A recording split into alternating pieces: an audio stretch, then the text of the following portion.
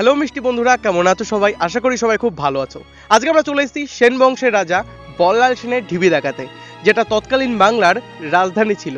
আর আজকে তার অবস্থা সেটা তোমাদের সামনে তুলে ধরবো। তো চলো আজকের ভিডিওটা শুরু করা যাক। সেন বংশের শ্রেষ্ঠ রাজা রাজা বল্লাল সেনের নামাঙ্কিত ঢিবি। সিঁড়ি দিয়ে যত উপরে উঠছি মনের মধ্যে একটা অজানা অনুভূতি কাজ করছে। মনে হচ্ছে ইতিহাসের সাক্ষী থাকতে চলেছি আমরাও। তাই ফিরে যাওয়া যাক খ্রিস্টপূর্ব 1100 থেকে 1200 শতকে। ফিরে যাওয়া যাক পুরনো দিনের ইতিহাসের পাতায়। ইতিহাসের পাতায় আমরা সেন রাজবংশের কথা প্রত্যেকেই পড়েছি। আর এটা রাজা বল্লাল সেনের একটা স্থাপত্য। দেখতে পাচ্ছ তার এখন বর্তমান অবস্থা। খ্রিস্টপূর্ব 1100 থেকে 1200 শতকের মধ্যবর্তী সময়ে রাজা বল্লাল সেনের স্থাপত্য এই বল্লাল ঢিবিটিকে নির্মাণ করা হয়। দেখতে পাচ্ছ সারি সারি ইটের ইমারত। তার বর্তমান করুণ অবস্থা দেখে সত্যি আমরা স্তম্ভিত। তো ভিউয়ার্স, এটা হচ্ছে পাথরের তৈরি একটা চ্যানেল। তো দেখতেই পাচ্ছ, এর নিচটা দেখলে বুঝতে পারবে এখানে তৎকালীন জল পাস হওয়ার জন্য একটা বন্দোবস্ত ছিল, মানে এখানটা জল পাস হতো। আর পেছনেই ছিল গঙ্গা। গঙ্গা চর পড়তে পড়তে ওই সাইডে চলে গেছে, এই জন্য এখন আর গঙ্গার অস্তিত্ব নেই, কিন্তু রয়ে গেছে এই বল্লাল সেনের ঢিবি। আর এই ইটের স্ট্রাকচারগুলো দেখতে পাচ্ছ, তৎকালীন মানে মধ্যযুগে এরকম স্ট্রাকচার ছিল ইটের। এটা একমাত্র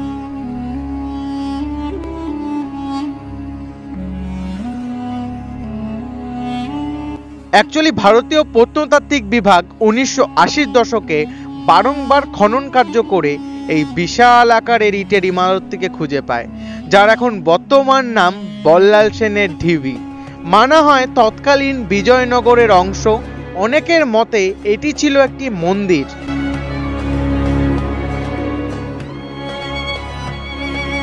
জাস্ট একবার ইটের গঠনটা দেখো, কত শত শত বছরকার পুরনো। দেখেই মনে হচ্ছে কত শত বছর ধরে এখানে এরকম ভাবে রয়েছে। চারিদিকে সারি সারি শুধু ইটের ইমারত, আর কিছুই নেই, শুধু চারিদিকে ইট আর ইট। অনেক বড় সুবিস্তৃত এই বল্লাল সেনের ঢিবি নদিয়ার বামন পুকুরে।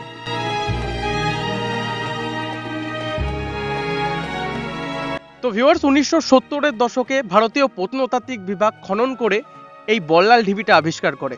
যখন খনন কার্য করেছিল, এই বল্লাল ঢিবি ছাড়াও পোড়ামাটির মূর্তি, ধাতব কিছু বস্তু থেকে শুরু করে অনেক কিছুই পেয়েছে। সেগুলো স্থান হয়েছে কলকাতা জাদুঘরে বা কলকাতা মিউজিয়ামে। তো বিভিন্ন রকমের মেরামত, সংযোজন এবং পরিবর্তনের সাক্ষী হয়ে আছে এই রাজা বল্লাল সেনের ঢিবিটা। ইতিহাসবিদদের মতে মানা হয় এই ওপরের অংশ যেটা দেখতে পাচ্ছ সেটা খ্রিস্টপূর্ব 1200 শতকের, আর নিচের অংশটা অষ্টম এবং নবম শতকের।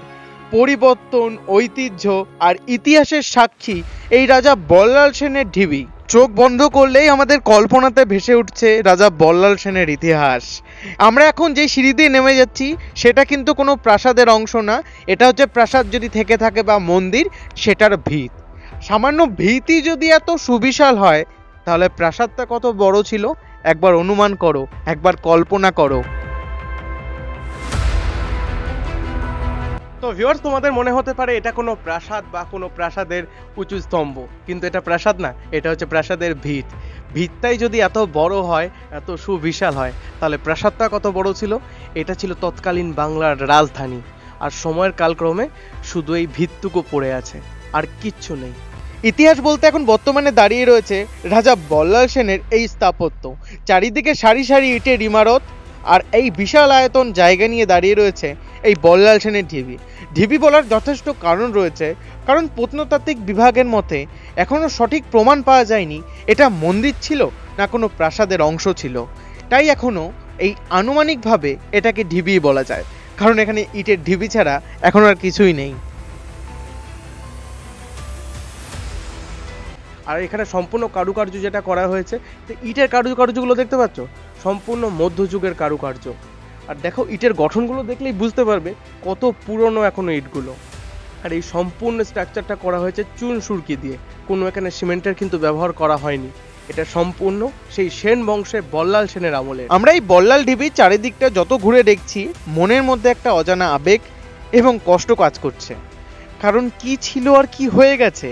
আমরা ইতিহাসের পাতায় সেন রাজবংশের কথা তো সকলেই পড়েছি। এটা হয়তো সেন রাজবংশের কোনো দুর্গের অংশ ছিল বা কোনো পুরনো মন্দির ছিল।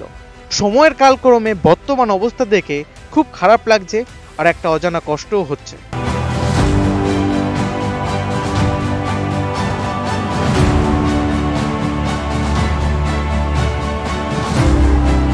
আর এটা হচ্ছে প্রাসাদের ভিত, দেখতেই পাচ্ছ, মানে ভিতটাই এত বড়, তাহলে প্রাসাদটা কত বড় ছিল। এখন ওপরের অংশটা ভেঙে গেছে, শুধু নিচের ভিতটুকু রয়েছে। তার নাম বল্লাল সেনের ঢিবি। অ্যাকচুয়ালি চারিদিকের গ্রাম্য পরিবেশ খুবই সুন্দর। এই পেছন দিকটার ইতিহাসবিদদের মতে এবং গবেষণা করে দেখা গেছে এখানে নাকি আদি গঙ্গার অস্তিত্ব ছিল। আমাদের নবদ্বীপের গঙ্গা এই দুর্গের পাশ দিয়ে কিন্তু বয়ে গেছে, এটা ইতিহাসবিদদের মতে গবেষণা করে এরকমই কিন্তু তথ্য পাওয়া গেছে। সময়ের কালক্রমে আমাদের গঙ্গা নদী নিজের গতিপথ পাল্টেছে আর ফেলে রেখে গেছে শত শত বছর পুরনো এই রাজা বল্লাল সেনের ঢিবিটা। 1981 থেকে 82, 1989 থেকে 90-এর মধ্যে খনন কার্য করে এই বিশাল আয়তন ইটের ইমারত সহ পঙ্খের মূর্তি, পোড়ামাটির মানুষ, ধাতব কিছু বস্তু, তৎকালীন পেরেক, অনেক কিছু এখান থেকে আবিষ্কার হয়। সেগুলোর স্থান হয়েছে কলকাতা মিউজিয়ামে। আর এখানে পড়ে রয়েছে সারি সারি সুবিশাল ইটের ইমারত।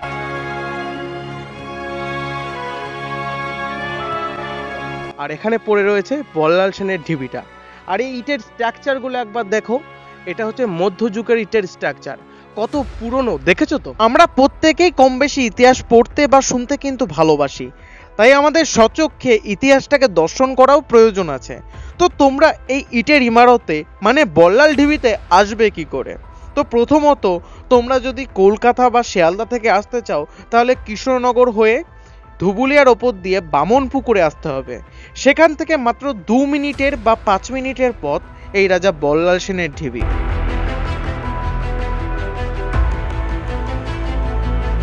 তো মিষ্টি বন্ধুরা, আজকে আমরা চলে এসেছি সেন বংশের রাজা বল্লাল সেনের ঢিবিতে, যেটা তৎকালীন বাংলার রাজধানী ছিল।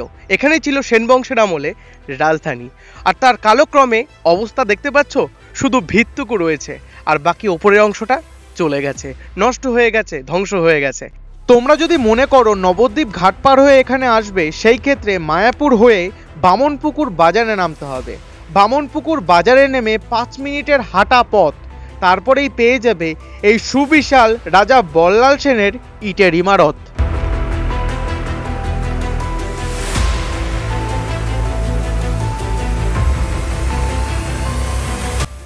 যারা ঐতিহাসিক জায়গা ঘুরতে এবং দেখতে ভালোবাসো তাদের একদিনে ঘোরার মোক্ষম জায়গা হচ্ছে রাজা বল্লাল সেনের ঢিবি। এখানে অনেক ঐতিহাসিক স্থান রয়েছে, তোমরা আসবে, ঘুরবে, আশা করি তোমরা খুব এনজয় করবে।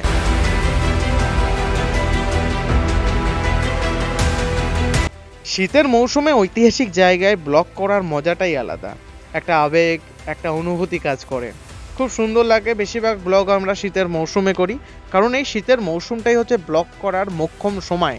আর ঘোরার মোক্ষম সময় হচ্ছে এই শীতকালটা। সামনে 1 জানুয়ারি, নতুন বছরের আগাম শুভেচ্ছা আমার প্রত্যেকটা ভিউয়ার্স আর সাবস্ক্রাইবার্সকে।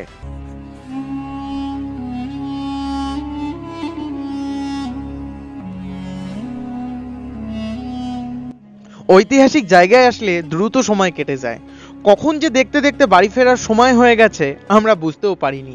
বাড়ি তো যেতেই হবে, মনে হচ্ছে আর কিছুক্ষণ থেকে যাই ইতিহাসের সাক্ষী হয়ে রাজা বল্লাল সেনের ঢিবিতে। সত্যি খুব ভালো লাগা কাজ করছে মনের মধ্যে। তো ভিউয়ার্স, আজকের এই ব্লগটা এই পর্যন্ত। এই ব্লগটা যদি ভালো লেগে থাকে একটা লাইক করো, কমেন্ট করে জানাও তোমাদের ওপিনিয়ন, ব্লগের কোন পার্টটা সব থেকে ভালো লাগলো কমেন্ট করে জানিও। এবং চ্যানেলে নতুন হয়ে থাকলে চ্যানেলটাকে অবশ্যই সাবস্ক্রাইব করো। বেসিক্যালি আগের চ্যানেলটা হ্যাক হয়ে গেছে, এই জন্য এই নতুন চ্যানেলটা খোলা, তোমাদের সাথে কিছু ব্লগ উপহার দেওয়ার জন্য। তাই তোমাদের ভালোবাসা, তোমাদের সাপোর্ট চাই, কিন্তু সাপোর্ট করবে তো। তো দেখা হচ্ছে ঝাঁ চকচকে নতুন কোনো ব্লগের সাথে। টাটা।